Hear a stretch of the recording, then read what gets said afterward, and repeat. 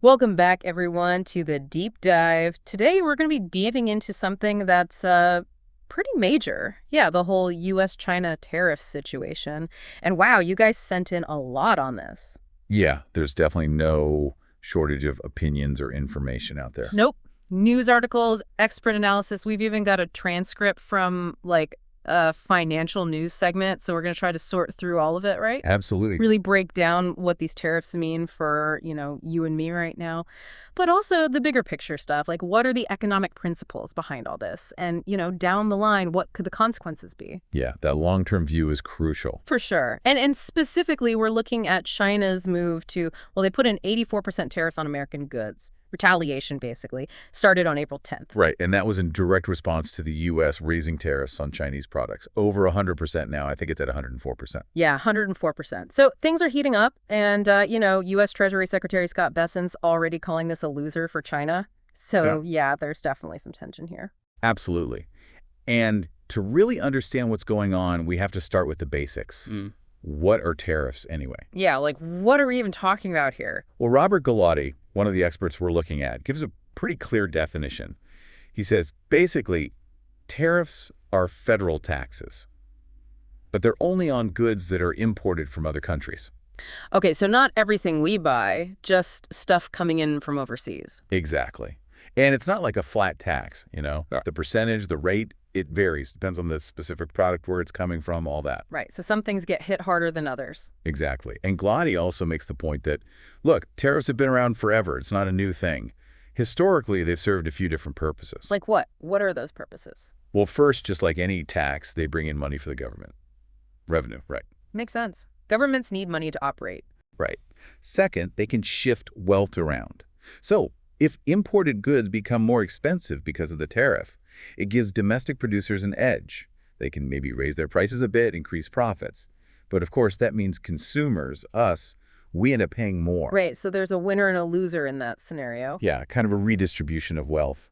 And then third, tariffs can be used to, like, try to manipulate the global market, maybe adjust prices, or even as a way to, like, punish another country, almost like an economic sanction. Wow, so there's a lot more to tariffs than meets the eye, huh? It's not just about, like, making things more expensive. Yeah, there's a lot of strategy involved. Okay, so we've got the basics of tariffs down. But the big question a lot of people have is who actually pays for them? Like, does the exporting country just eat the cost? Well, it's tempting to think that, right? But Rodrigo Adown, another expert we've got here, he studied the 2018 trade war, and his research suggests that, in that case, it was mostly American consumers and businesses that felt the impact. Oh, interesting. So even though the goal might be to protect American industries, it's often Americans who end up footing the bill. Yeah, that's the irony. And Yeah, Adown points out, it's not just one or the other. Like, yeah, we see it in higher prices at the store, but American companies, especially those that rely on imports, their profits get squeezed too, because they can't always pass the whole cost increase on to the consumer. right. So it's a double whammy, huh? Hitting both our wallets and the businesses we rely on. Yep, that's the reality. And Stephen Durloff, he gives some really concrete examples of stuff that's likely to get more expensive because of all this, everyday things. Okay, like what? Give us the specifics. Well, think about the vegetables you buy. A huge chunk of those, especially during certain seasons, comes from Mexico. Makes sense. We're close, right? Exactly. And then, gas for your car. About 25% of the crude oil that gets refined here in the U.S., that comes from Canada. So even our energy costs could go up. Yeah, potentially. And then, this one's crazy, 80% of toys sold in the U.S. are made in China. 80%. Wow. I guess that explains why everything seems to say made in China these days. Right. So, yeah, these tariffs, they have the potential to affect pretty much everything we buy. Yeah, that's a little unsettling, to be honest. And Rodrigo Adon points out something else. The whole tariff landscape, especially under the Trump administration, it was constantly changing. Like today it's this, tomorrow it's that. Yeah, really unpredictable.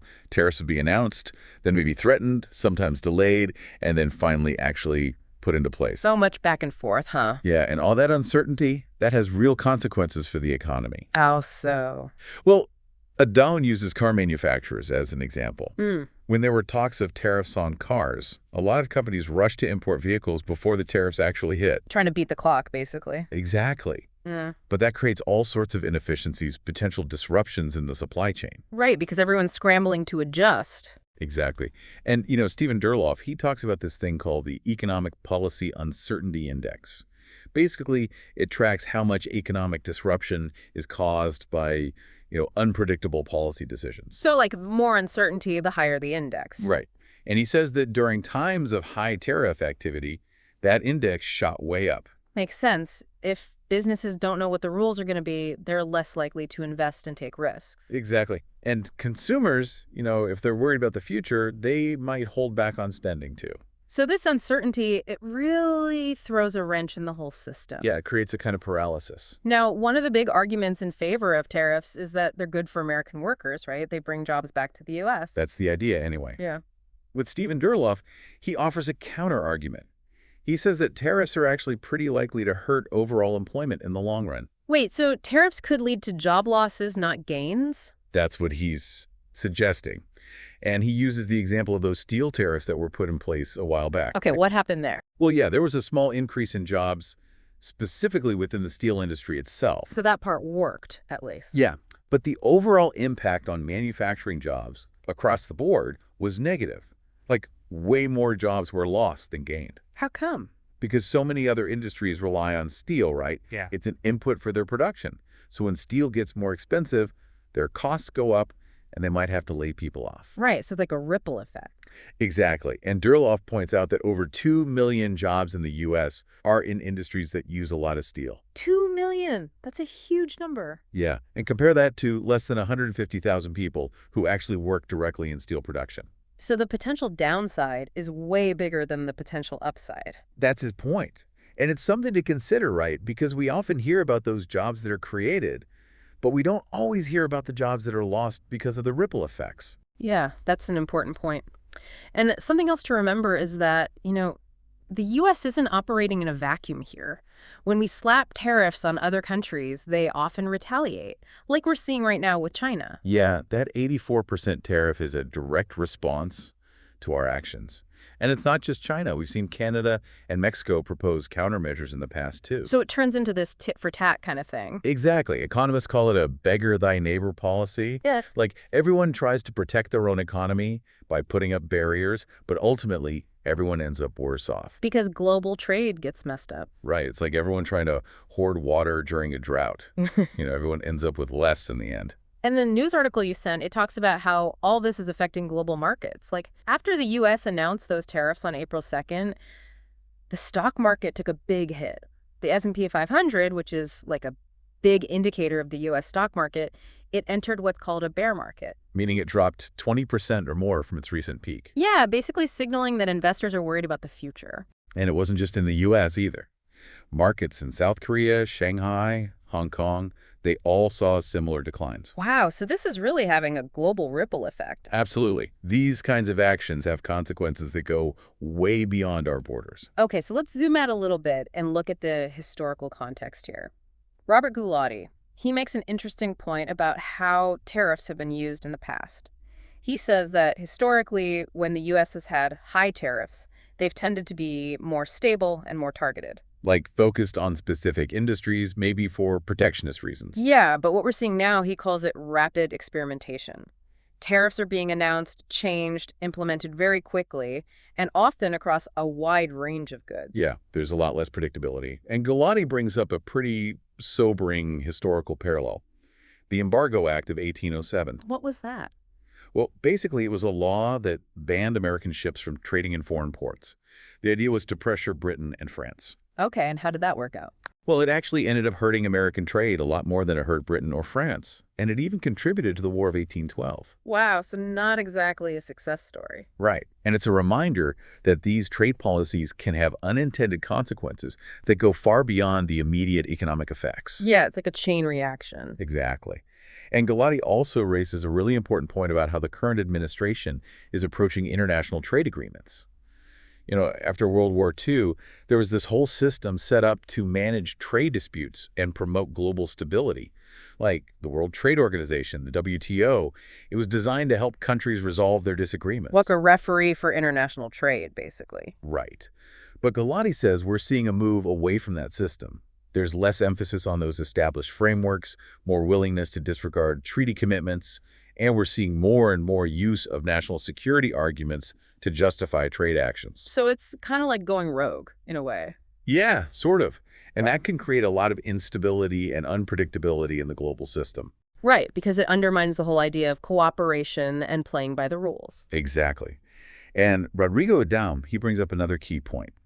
He says that tariffs on countries that are close to us, like Canada and Mexico, they can have a much bigger negative impact than tariffs on countries that are farther away. Makes sense. We do a lot of business with our neighbors. Right. And Adam emphasizes that it's not just about the volume of trade, it's also about how integrated our supply chains are. Like, so many products cross the border multiple times during the production process. He gives the example of the auto industry, right? Yeah, that's a perfect example. If you disrupt the flow of parts and materials between the US and Canada, it messes up production on both sides of the border. Even if a part is originally made in the US, it might rely on a component from Canada and vice versa. So it's a very tangled web. Exactly. And trying to find alternative sources for those parts, it can take months, maybe even longer. So the short-term disruptions can be really severe. And Robert Galati reminds us that all of this has political consequences too. These kinds of actions can strain relationships with our allies and make it harder to cooperate on other important global issues. Yeah, trade wars don't just affect economies, they affect diplomacy too. Okay, so let's shift gears a bit and talk about how the markets have reacted to all this.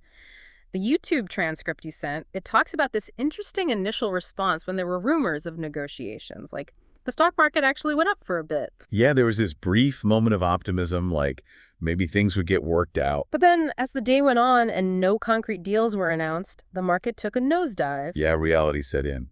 Kelly O'Grady, she reported that the Dow, the S&P 500, the NASDAQ, all closed down that day. Signaling that investors were getting nervous. Yeah, and she talked about how there was a lot of uncertainty in the air. Yeah. Some people saw the drop in stock prices as a buying opportunity, like a chance to get in on some good deals. Buy low, sell high, right? Exactly. But overall, the feeling was definitely one of anxiety. People were worried about inflation, a slowdown in consumer spending, maybe even a recession. And Kelly O'Grady pointed out this pretty stark fact. The trade imbalance between the U.S. and China is massive. Like in 2024, we imported $438.9 billion worth of stuff from China, but we only exported $143.5 billion to them. Wow, that's a huge difference. Yeah, it's a big gap. And that means that 104% tariff on Chinese goods, it's going to have a big impact on a lot of products. And O'Grady, she talked to a bunch of businesses about this, both big and small, and the overwhelming message was that they can't just absorb a tariff that size. Right, they'd have to pass the cost on to consumers. Which means higher prices for everyone. Exactly. And the small businesses, they were especially worried. A lot of them said these tariffs could force them to close their doors. Wow, so this could have a really devastating impact on small businesses across the country. Yeah, that's a real concern. Now, this transcript from the White House briefing, that gave us some insight into how the administration is responding to all this. Jennifer Jacobs, she reported that negotiations are ongoing with a lot of countries. So they are talking to people, trying to work things out. Yeah, and a lot of countries are asking for exemptions from the tariffs or trying to get better deals. Makes sense. Nobody wants to be on the losing end of this. Right.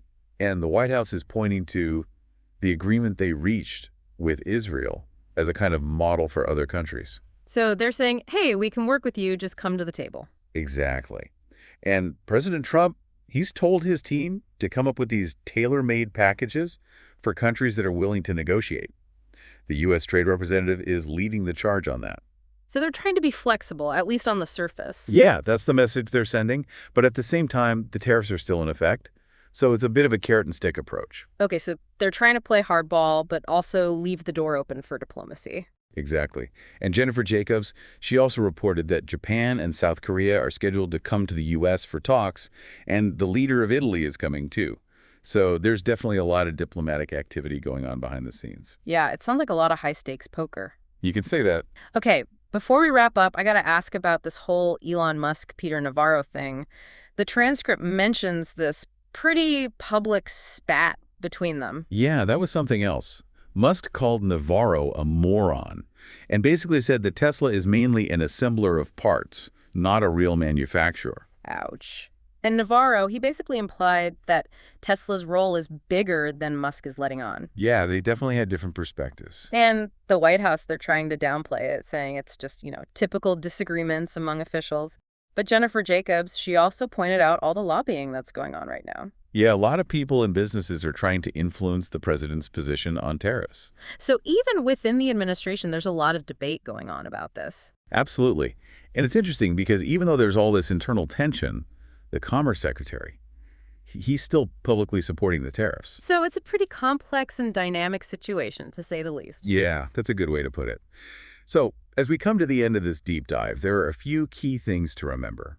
First, these tariffs, both the ones the U.S. has put in place and China's retaliation, they're going to have real immediate effects on all of us. We're talking higher prices, potential job losses, disruptions to businesses. And it's not just about economics either. It's about relationships between countries, global stability, the whole nine yards. Exactly. And as we've seen from the various experts we've looked at, there's a lot of disagreement about whether these tariffs will ultimately be beneficial or not. Some people think they'll help protect American jobs and industries, while others are worried about the potential negative consequences. Yeah, it's definitely a risky gamble. Absolutely.